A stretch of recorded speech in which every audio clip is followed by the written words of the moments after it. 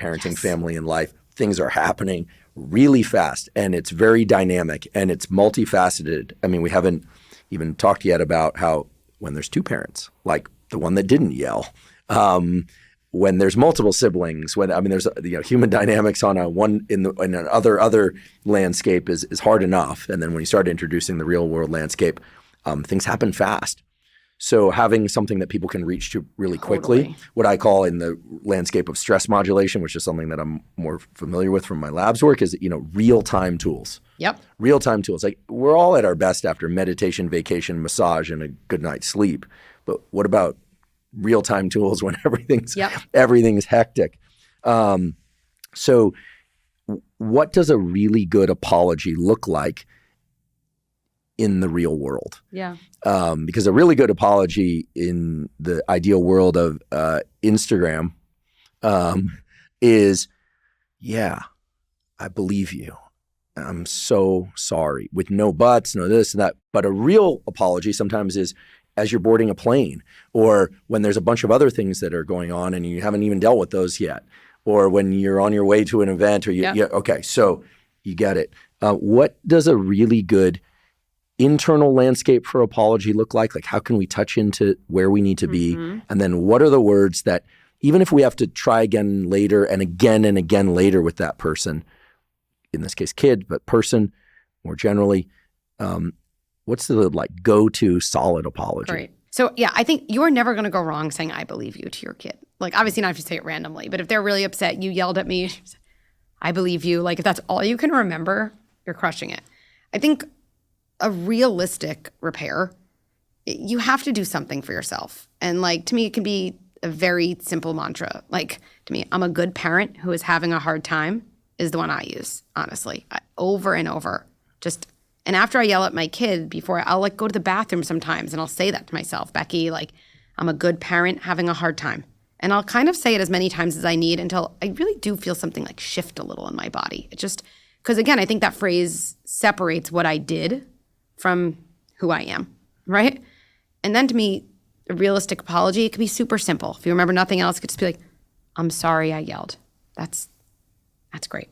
If you're I'm feeling it, Becky, give me that next step. I'm sorry I yelled.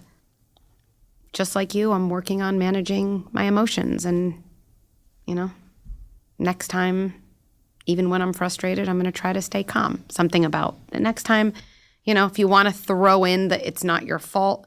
Kids, it seems an odd thing because parents are why do kids assume it's their fault? It is their default position. And so it's never a bad thing to throw in. But honestly, just simply, hey, I'm sorry I yelled. That actually gives them that realness, because without saying anything more, you're saying that thing you think happened did happen. So that's powerful. I'd like to take a quick break and thank our sponsor, Inside Tracker. Inside Tracker is a personalized nutrition platform that analyzes data from your blood and DNA to help you better understand your body and help you reach your health goals. I've long been a believer in getting regular blood work done for the simple reason that many of the factors that impact your immediate and long-term health can only be analyzed from a quality blood test. Now, a major problem with a lot of blood tests out there, however, is that you get information back about metabolic factors, lipids, and hormones and so forth, but you don't know what to do with that information.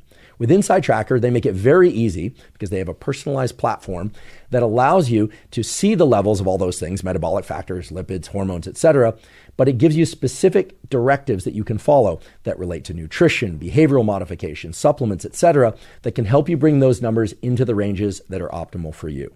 If you'd like to try Inside Tracker, you can go to insidetracker.com/Huberman to get 20% off any of Inside Tracker's plans. Again, that's insidetracker.com/Huberman. How do you suggest parents deal with retorts and rudeness? And again, let's extend this to all relationships. So you get in your best mindset. And by the way, I love this I am thing. Two of the most important words in any language when translated to other languages. I am blank. I am a good this, or I am whatever role identity is key to the brain. We know this. You go in and you say, I'm really sorry. I struggle to regulate my emotions. Yeah. I believe that you're really upset. Yeah. And the kid says, I hate you. Mm-hmm. Now, earlier you said that good boundaries are about not expecting a change in behavior from someone else. They're about our own boundaries. So, or maybe the I hate you comes from, listen, we're not going to go to so-and-so's house for a play date today. Great example. I hate you. Yeah. Mm-hmm. I hate you. Yeah. So is there ever a case for no response? I mean, to me, the most underutilized parenting strategy is doing nothing. Literally. It's one of my most used strategies and there's like really good reason for it, especially in this situation. So I always say we have to understand before we intervene. So I know every parent's like, what do you do in that situation? But it's like trying to fix someone's tennis swing before you look at their tennis swing, right? There could be a lot of problems. So again, why is a kid saying I hate you? And I would ask every parent to just keep this in mind. It's a tool and you can't use it in real time. Eventually you can, but we have to say it at the end of a night. When my kid said I hate you, what is my most generous interpretation of why he would say that to me? And if you're like any human, me included, by the way, your least generous interpretation is immediate. You're like, because he's a sociopath. That's what we say all the time. We're like, wow. Or because he's a horrible kid, because he's spoiled, because he's nasty. It comes easily. So that's fine. But what is my most generous interpretation? And when I don't know, I'll push myself to say, okay, well, I was in a situation with my husband. What would lead me to say that? I don't know, what would lead you to say that to someone? That I hate them? Yeah, they say something to you hey, Andrew, we're not going to be able to, do this dinner. It would have to be some sort of deep betrayal of trust. And I have to acknowledge that if I said that to somebody that I really care about or love, as I'm saying I hate you, what I'm really saying is I love you so much, and that hurts unbelievably at such an unbelievable intensity that what's coming out of my mouth is I hate you. Because if you didn't love them, that's right. it would have null effect. It would be a meh. It would be a meh. But instead, it's it hurts. So we somehow there's a neural circuit in there that goes, insert expletive, hate you. That's right. But what you're really saying is I love you so much. Yeah. And as a consequence, that thing you did or said hurts so much. That's right. And so I think that's exactly what's going on for a kid. Or to me, my most generous interpretation, a simple way is my kid, when I said we couldn't go to this friend's house that he thought we were going to, his friend he was going to sleep over, he had so built it up in his mind. He'd probably kids do, they have this whole image, and then we're going to do this and this. And the letdown was so intense. And again, I go back to kids have all the feelings we have and they're born with none of the skills. So it takes a pretty well-developed skill to be really disappointed, by the way, and surprised, right, in the moment, and manage it in a mature way. I'm sure we both know adults who aren't really capable of doing that, right? So the fact that my 7-year-old is doing that. So if I think about it that way, we latch onto our kids' words as if they're the truth. They're not the truth. It's not to say they don't matter, but they're not the truth. The truth is whatever world is under the words. I'm disappointed and I don't know how to manage that. So if I think about the outcome, where do I want to be? What I would love in that situation. Because the truth is, when I say to my kid, sorry, we can't go to Bobby's house, I wouldn't even want, it's not normal for my kid to be like, oh, no problem. Because I'm just picturing my 25-year-old trying to get a job and being like, Mom, I didn't get it. And then he's like, no problem. I'm like, that's kind of weird. Really? That's weird. I'd want you to be disappointed. And so what I want my kid to be able to do is to be like, I don't know, what's the best it gets? Oh man, I was really looking forward to that. That's ultimate maturity. So how do I get from I hate you to, oh man, I was really looking forward to that? All the things we want to do just don't even make sense. Sending my kid to their room saying you're such a nasty kid. I've never seen any of your friends say that to their parents. And I'm good at acting these things out because of course I say these things too. But all I'm doing is basically telling my kid the version of themselves I don't want them to be. So now I'm further away from that outcome. Just not effective. My kid obviously literally needs to learn some of those skills and practice them. We don't think about simulations with kids nearly enough. We know that in sports. People practice all the time. We don't do that with emotion regulation. So what do I do in the moment? I think the best question here is, what do I do outside the moment to help my kid build the skills so they actually have more of a skill the next time that moment comes. Still, I'm a pragmatist. What do I do in the moment? I hate you. I probably would do nothing first. When someone is rude to you and they say something nasty, I don't know, I just like, this is my son, this is me. My son just hurled, I hate you. It's like sitting between us. When we say back to them, like, I hate you, or like, go to your room, we take all the energy from what they said and we just like throw it. And then like we have this ping pong match. When you do nothing, I always picture, if this is like the I hate you, it just sits between us. My kid has a much higher chance of kind of re-owning what they just said because I'm just kind of sturdy in that moment, because I didn't just take it from them and say something to them, which just gives them the opportunity to like take what I said and have no responsibility for the first thing they said. It's always true in adults. When someone says to you like something nasty, if you actually just stay there, they're kind of like, oh shoot, like I shouldn't have said that, because like it's right there. So I'd probably say nothing. Now, I don't know if I'd really do that, but I'd want to do that. Let me be clear. Something else you can say in that moment, which takes a lot of presence, so it's not going to happen right away, is just something like, whoa, like clearly you're disappointed. I get that. I believe you. And I know there's another way you can say that to me. That's actually right back to family jobs. I'm validating and I'm setting kind of a boundary in some ways. Like I know maybe there's a hope there too. Like I know there's another way. If my kid keeps saying, I hate you, you're the worst, I'm gonna say, listen, I love you, you're a good kid, you're having a hard time. I really won't stay in your room while you keep saying this to me. And part of that is because it's not good for you either. Like this isn't a good dynamic. I'm gonna step outside, I'm gonna come back, and we can talk about it when we're both in a place where we can be a little more respectful or something like that, right? You don't have to be a punching bag. But at least now I'm helping my kid see that he is having a feeling under these words. If I can't differentiate the feeling from the behavior, how can I expect my kid to ever learn to differentiate those two? Which is how my kid can actually get to a more regulated place.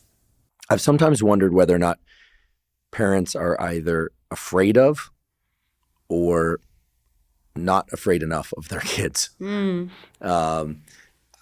I've known some parents that are afraid of their kids because, and perhaps as a consequence, who knows what the chicken egg is there.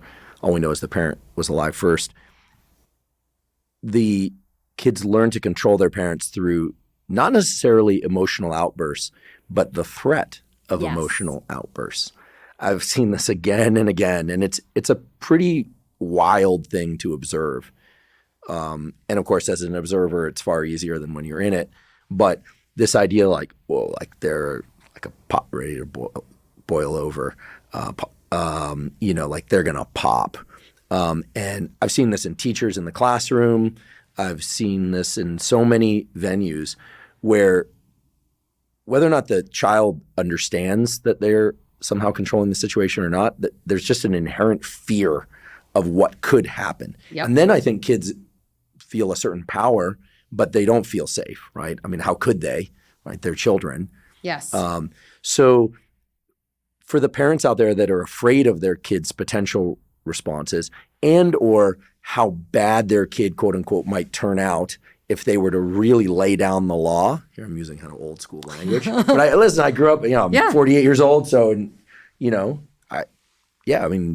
my parents, didn't physically abuse us, but there might have been a spanking every once in a while, or I don't know what the rule is nowadays, or the standard out there. I think I won't say which, but I might have taken a smack here or there, but not many.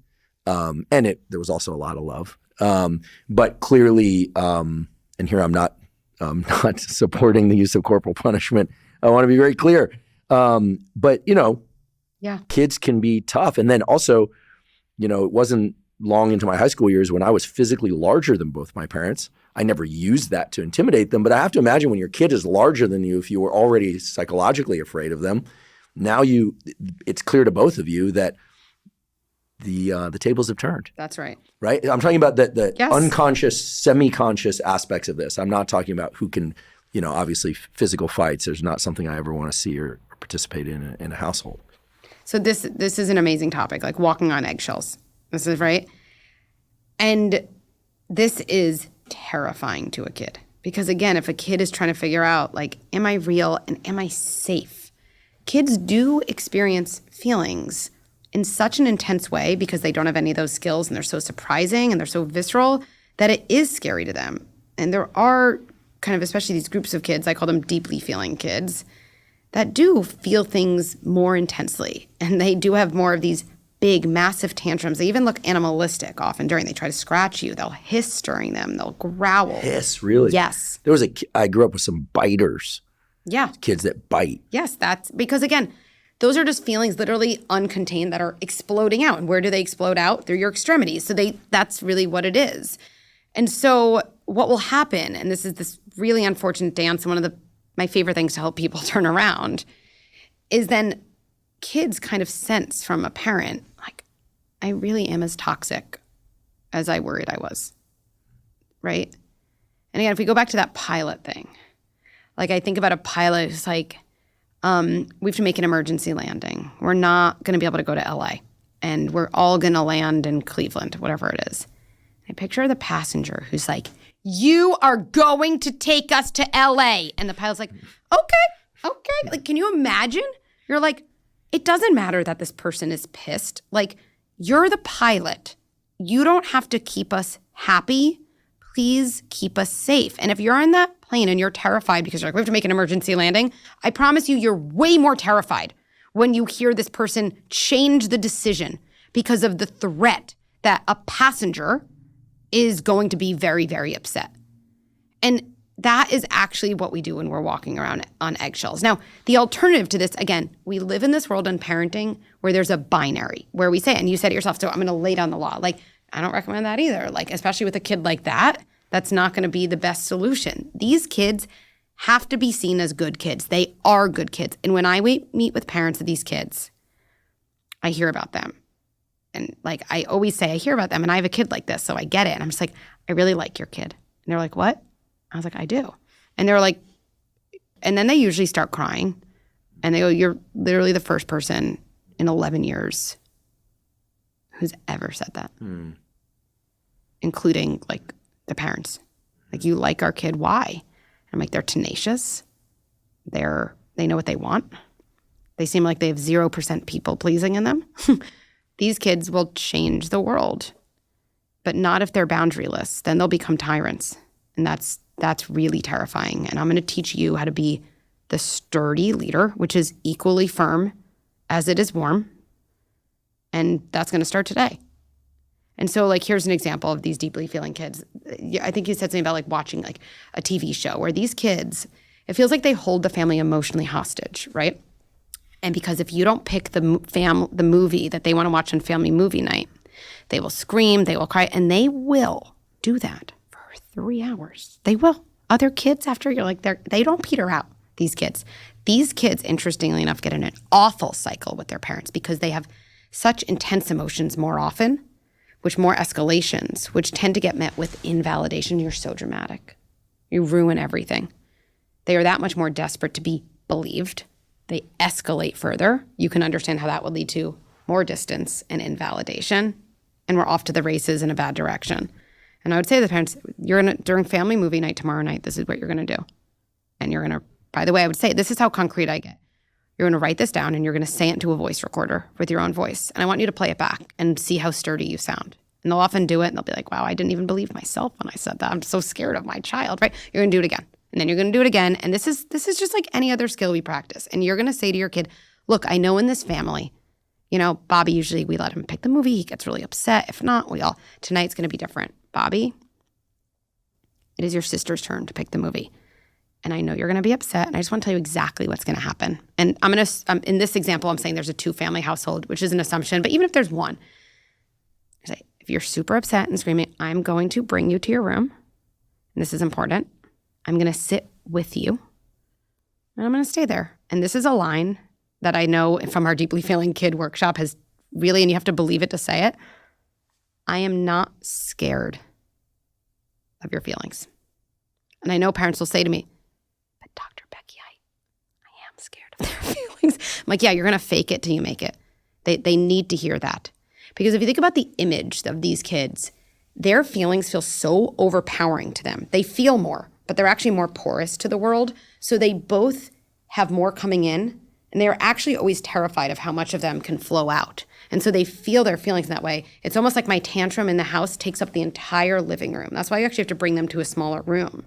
And you actually have to contain them in that way as a way of kind of saying, like, it only goes this far. Like, literally, I will not let you dictate family movie and always sitting in the front seat and your favorite chair at dinner. Like, it only goes this far. And that is truly an act of love and protection and safety for those kids. How often do you observe that these deeply feeling kids, is that how they're referred to? Yep. I mean, I made up the term, so, but yeah, great. Deeply feeling kids. Yes.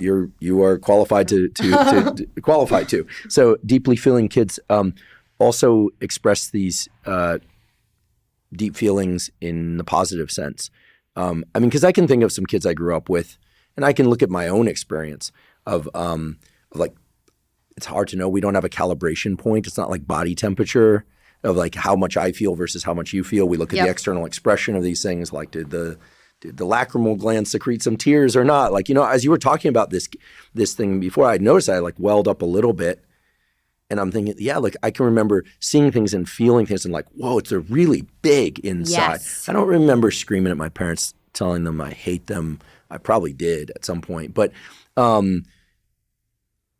I have observed other kids, peers that grew up that clearly fell into this category and have gone on to do remarkable things. Yes. Remarkable, like extraordinary things, because it's a capacity that doesn't always skew towards a negative expression. It can also like immense expressions of love and I think these days that there's a tendency for unqualified or like truly unqualified people, because they're not trained to do so, to slap labels like borderline, right? Splitting, like good object, bad object splitting. And indeed that exists as a diagnosis and symptoms of borderline.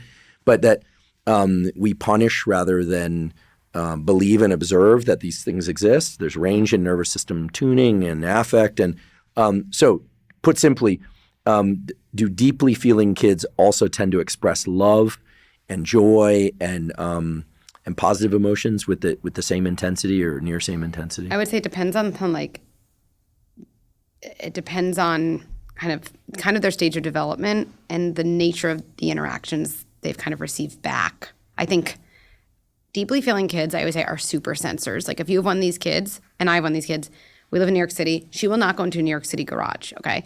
Like where we park our car. And she's like, the smell. And the rest of us are like, what are you talking about? Meanwhile, I have another friend who lives in a totally different area of Manhattan, and she's a deeply feeling kid. She's like, my daughter, the same thing. Like I actually believe that my daughter smells something that I don't smell. Like they are super sensors in that way, right? And she notices the little detail of something. Now, in terms of the intense love, I think for these kids, their vulnerability sits so close to their shame. This is why they get so explosive. They almost experience their feelings as attackers, which is, again, why parents can get scared of them. And they do. Because, again, they feel that feeling so intensely that they have this deep fear of abandonment, of being too much.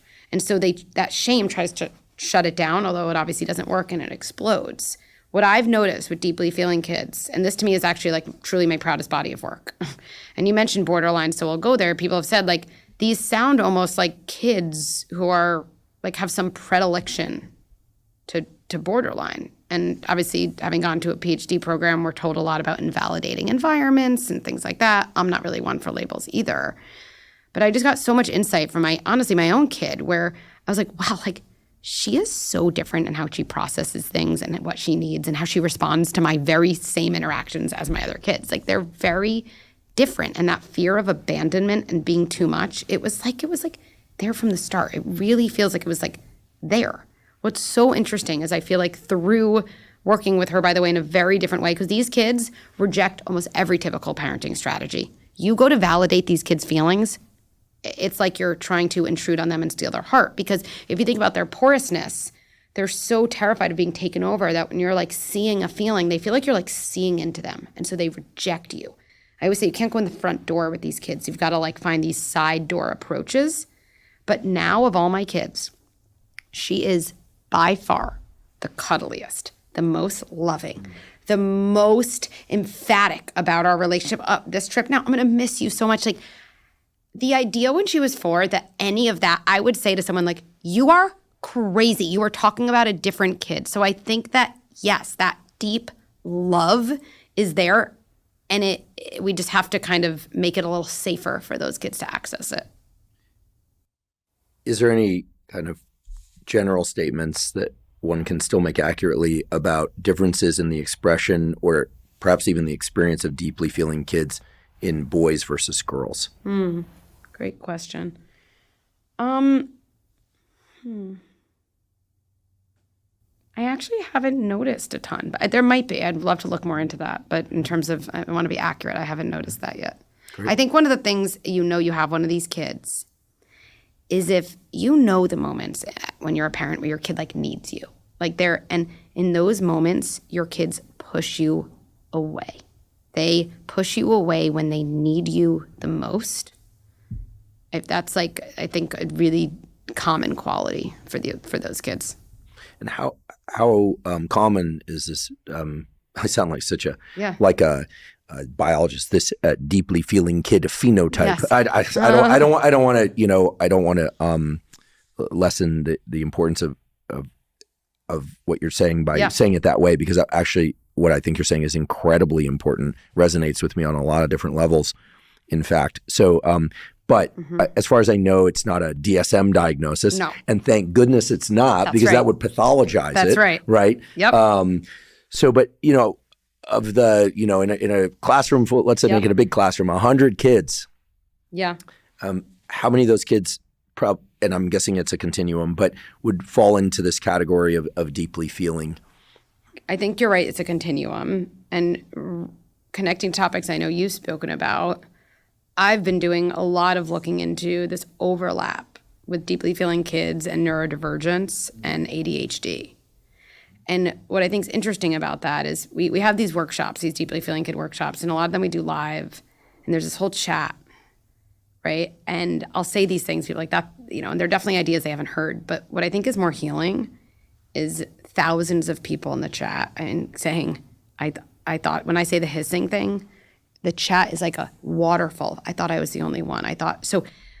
There are so many of these kids. Why I think there's more and more is something I need to look more into. But I think it does really, if you think about these kids as more porous and you think about how insanely stimulating the world is that we bring up kids, what comes into them, it would make sense that I think this is like a growing type. I'm guessing it's similar with ADHD too. Why are so many more kids diagnosed than in the past? The world we bring up kids in, the sensory overload, if you're kind of that much more porous, that's going to overload your system. And, and I think that's also why more and more kids are. So what's the percentage? I don't know. Maybe 20, but that's a fairly high percentage. I do. I think it's a fairly high percentage. But that feels right. It just sort of feels right based on my observation of adults also. Yeah. Feels right. Might also explain a lot of the apparent conflicts and misunderstandings in adult relationships.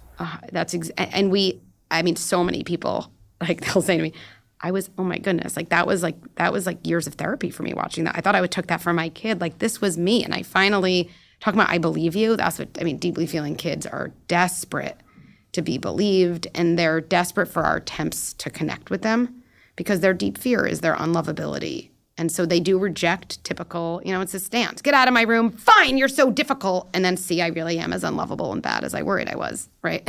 Unless we kind of reverse that cycle.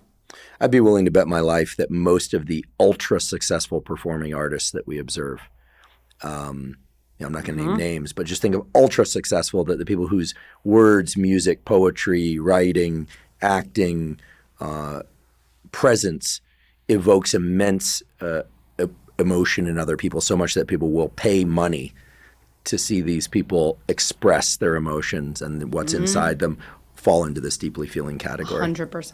It just can't be any other way. Right. Yeah, the muted performer, unless that's the shtick, so to speak, is just not compelling. Yeah. Yeah, and a lot of what we're talking today is about the kind of tuning fork nature of emotions. It's a Wow, what a tricky balance. Speaking of that, I'd like to just return to something I raised earlier, and then I made the mistake. It was my fault of shutting the hatch on it. I'd like to reopen that hatch, which is when there's two parents. Maybe they're under the same roof, maybe they're not. Or let's just say two caretakers.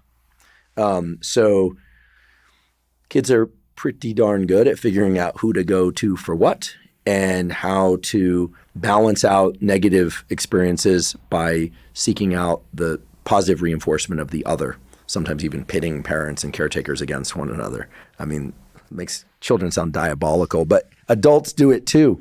It's called gossip.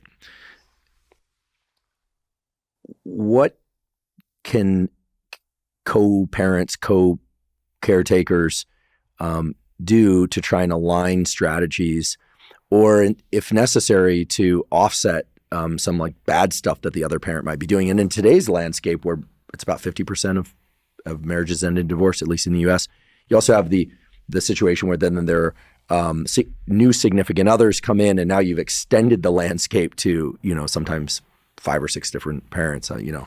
I mean, my biological family is starting to look like the UN. We've got so many countries and religions and like this thing. It's kind of nice on the one hand, but lots of divergence of opinion and emotional stance and background. So how in the world do we wrap our efforts around this? Yeah.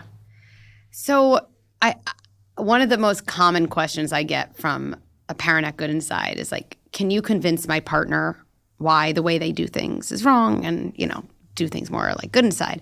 And so essentially I always say like, yeah, I'm not, for a million reasons, I'm not like too interested in taking that phone call. But yeah, I don't get involved in couple disputes either. But again, assuming, and you've said this a couple of times, which I love, like I'm assuming the way your kind of partner or the co-parent does things is not like really like damaging your child. Obviously that's like really time for an intervention. No hitting, no emotional abuse. Exactly. Right. But even like I'm not a believer of saying for a timeout, right? Like I don't believe in timeouts and punishments. I don't think they feel good to kids or parents.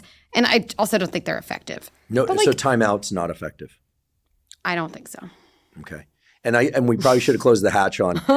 I have to imagine that the going word in the profession of psychology and raising kids properly is you never spank them, you never hit them. Yeah, no. Okay, all right, for the record. So maybe we'll get back there, but just to go on the record, and I think you can sense from my style, not punishing or timeouts like doesn't mean you're permissive at all. There's 0% permissive or even softness, I think, there's softness. There's 0% permissive in those moments, but we can get back there. But let's say your partner does do that or the co-parent, right?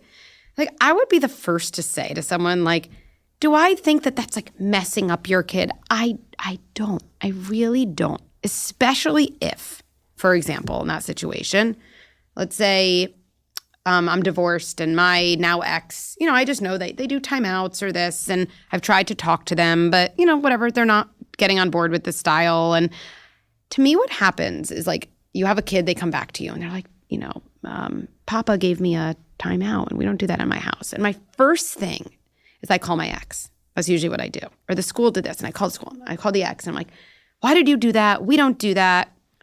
What I think is really important, and I actually find it very like relieving as a parent, be like, what's actually most important is helping my kid understand their experience. Like we center the other person and what they're doing wrong, instead of centering our kid. We might need to call the other parent, and say like, hey, it would be really great to get on the same page. Could we do this course together? That would just be great. You don't have to agree with anything. I think that would be great.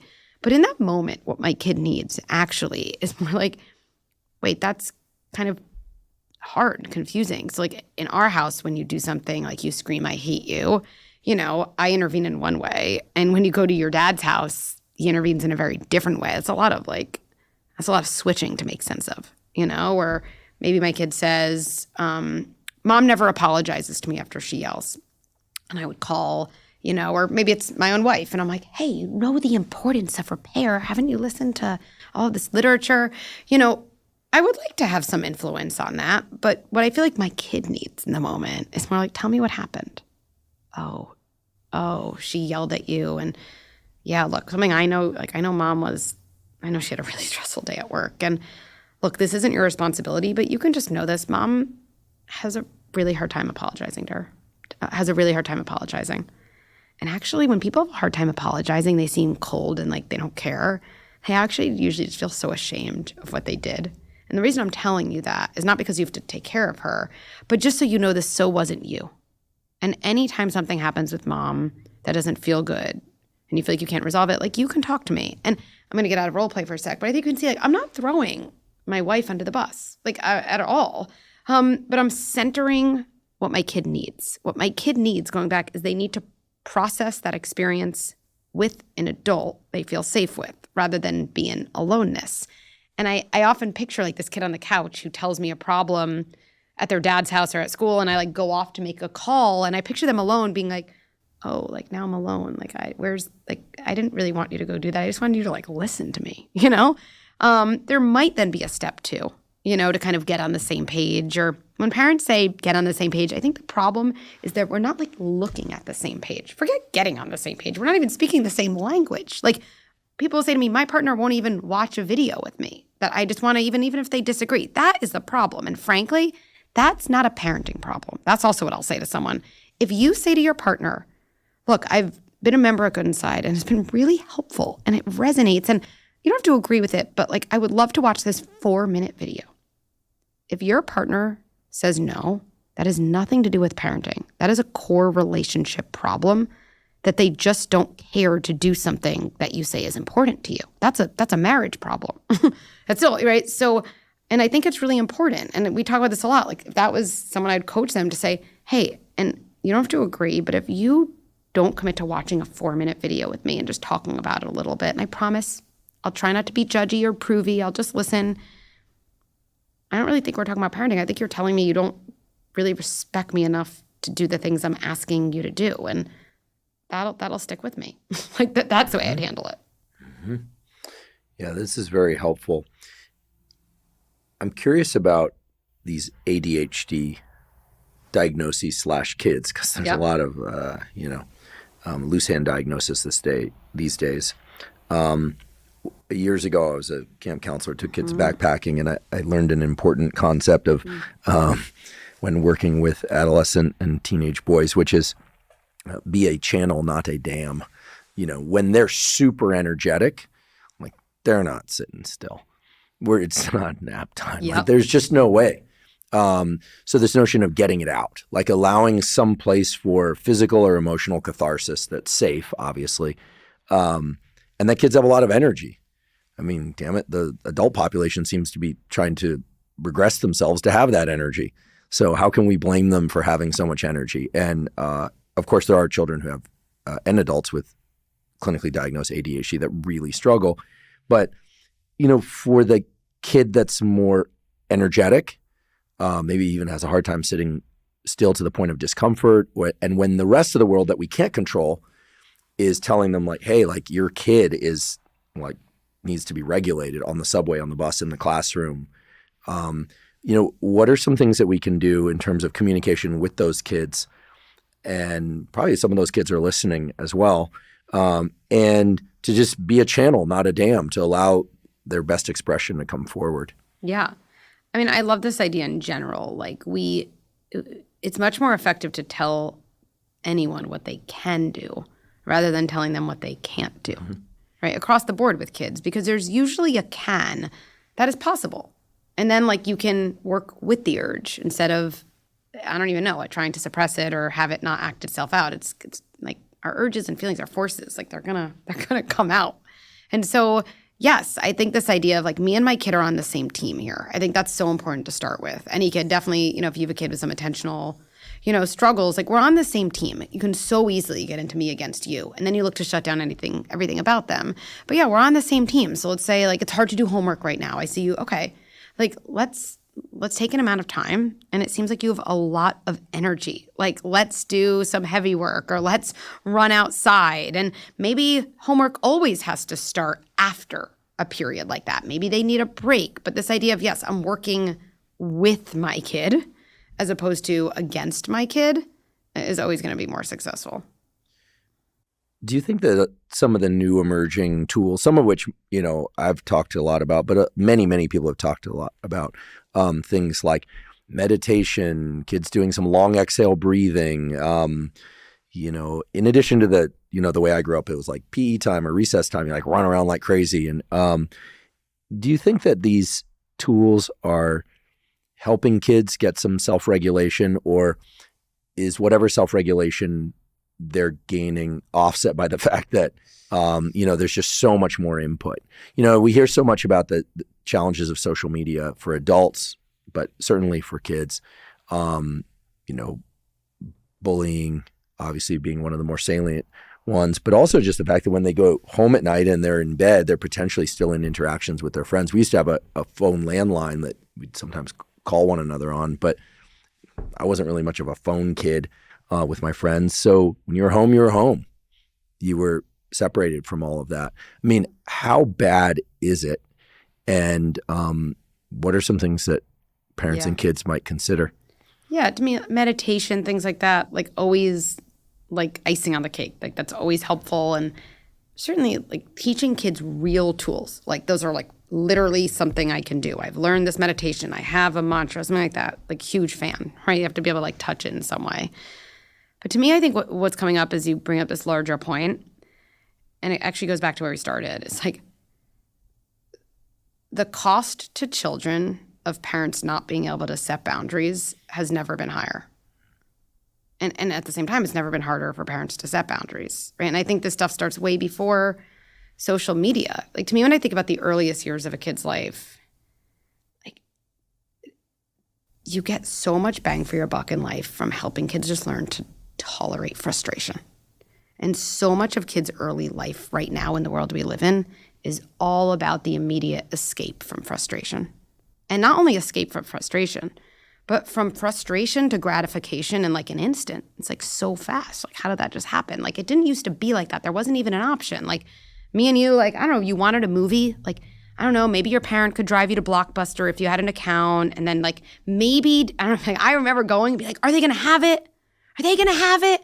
And then you see the thing and there's nothing behind it and you're like, they don't have it. That whole thing. Blockbuster, by the way, was a video store. Just kidding. I'm just totally kidding. I'm totally kidding. But some people out there, like, I sometimes do this to myself, Yeah, absolutely. I used to love going to pick out movies at the VHS store. But if you think about that as one tiny thing, it's obviously tiny. And you think about, like, I remember that in my childhood. And you think about that tiny moment compared to some parallel in a kid. There's no frustration. The want and the gratification, there's zero space. There is zero space. And also I have to say our generation of parents, and me too, 100% me too, our tolerance for frustration has gone way down because of the gratification world we live in, which means our tolerance of our kids' tantrums is at an all-time low because we're like, hey, my life is like pretty easy in a lot of ways. This is like a massive inconvenience. So kids have more gratification than ever. We have lower tolerances for frustration. Everyone does, which means the way we interact with kids over and over and over, plus just the natural things they're exposed to or not, like Netflix versus Blockbuster, just means like their circuitry around expectations and what feels good, like to me, that's what really, it scares me. It does. And like figuring out how to tolerate or even insert frustration into your kid's life as early as possible, to me is of critical importance. I could not agree more. And I say that with the understanding that I have also shortened the latency in my reward prediction errors, which is nerd speak for when I want to watch a movie, I go into Netflix and they're like, it's near infinite, and I can get right then. If the internet's a little slow, then I start barking about how slow internet is worse than no internet, and you start observing yourself, and you just go, "Oh my goodness, like what's going on?" Yeah, I mean, there's the ability to tolerate different wait times between anticipation and reward is so critical, and that's what getting a degree is about. That's what doing anything challenging is about. I've gone on record saying that. Too much dopamine without effort exerted in order to get that dopamine is very detrimental. Well, that to me, and all the screen time kind of discussion, there's so much screen time and social media and like all the things that screen time do for kids And again, like my kids watch TV and they're young, they have iPads. Like I'm so not a purist, I'm a pragmatist. And whoever's listening to this, no one messed up their kids forever. Okay, so we can just, like we were talking about before, use this information to make slightly different decisions on the margin. That's as best it gets. But I think about this a lot, like when our kids are especially young and they're building this circuitry around like, what does it mean to get success? Like what are my expectations there? How much effort do I have to put in? And I think about like a young kid, you know, playing some mindless, just dopamine giving game. The circuit they learn is like mindlessness, zero effort, dopamine. And then I think, and I find this really interesting, like how many people say like their kid is 6 now, they're having a really hard time learning how to read. And they're getting all these learning assessments, and the learning assessments are coming back, like no dyslexia, right? And I know some of these families, I say this with love, is I say, I literally think this is the first time in this kid's life that they kind of have to put like concerted effort without, in the moment, success. And so, yeah, that looks like a lot of things. It can even present like ADHD, right? Because, you know, it can present like that. It might be, but it might also just be that these dopamine circuits have developed in a way that's not conducive with something like learning how to read, right? And so when parents ask me now, like, I know, reading and academic skills, like what can I do when my kids are younger? I got them flashcards. No flashcards. Like, I mean, you can get flashcards. That's fine. It's not like detrimental. But to me, it's like, well, what is my kid's relationship with frustration? Because I think about this thing called like the learning space, right? Again, I'm visual. Like there's not knowing how to do something, and then there's successfully doing something. And the space in between is like the learning space. That's what learning is. And the learning space inherently is frustrating. That's like the right feeling to be feeling. And when kids have learned to collapse those two things, then like they don't have a lot of space to learn. Versus, I don't know, even like I'm thinking about my kid who wants to like draw a rainbow or sun when they're young. And they're like, that doesn't look like a sun. It would be easy for me to be like, let me just do that for you. And by the way, yes, I give myself permission to do that sometimes. Like sometimes like, I can't deal with this. I've got other things to do. But sometimes I think like long-term greedy, like, oh, this is going to be the same circuit for learning how to read. It is. And for learning how to do that project. And what if my only goal, forget them drawing a sun, and I've got to tolerate the whining. My only goal was just to lengthen the amount of time they let themselves be in that learning space. That's it. Because I think we know as adults, it's not about getting to success. That comes when it comes. The longer amount of time you let yourself be in that learning space, the more successful you can be with hard things. Because like it just is, right? You just got to traverse through. And so to me, that's like honestly one of the things I'm most passionate about teaching parents is like literally like, what do you do during that time then? How do I change what my goal is? If my goal is to stop my kid's tantrum, I'm going to collapse it. But if my goal is just to lengthen that, I might do something very different. Oh, drawing a circle, that's not, you're right. You didn't want to draw that. Oh, drawing a circle is so hard. And my kids, can you do it for me? Can you do it? Like, of course, sometimes I will, but I might say like, I'm not going to do it, sweetie. I'm not, you know why? Because I know you can do this a little more. I have faith in you. And I think this is so powerful to say to kids, this is so frustrating. And that's the exact way you should be feeling. We don't want our kids to be, that's the right feeling. I'll even draw that learning space visual. This is where this is where you are. You're doing an amazing job. And it is actually interesting when kids are young, like they actually do adopt that. Like someone said to me, like I've been doing this stuff for a while. And my kid literally says to me, I like to do hard things, Mom. Like they believe it. Like that's an amazing self-belief to develop in a kid, That's right? awesome. So yes, I think this stuff, especially compared to how easy it is to get that gratification, it's like more important than ever to have an offset. Yeah, I'm doing my best to get the word out into the world that the only reason the brain changes at all is if there is these neuromodulators like epinephrine, adrenaline in the body and brain, because that's what signals that the nervous system needs to change.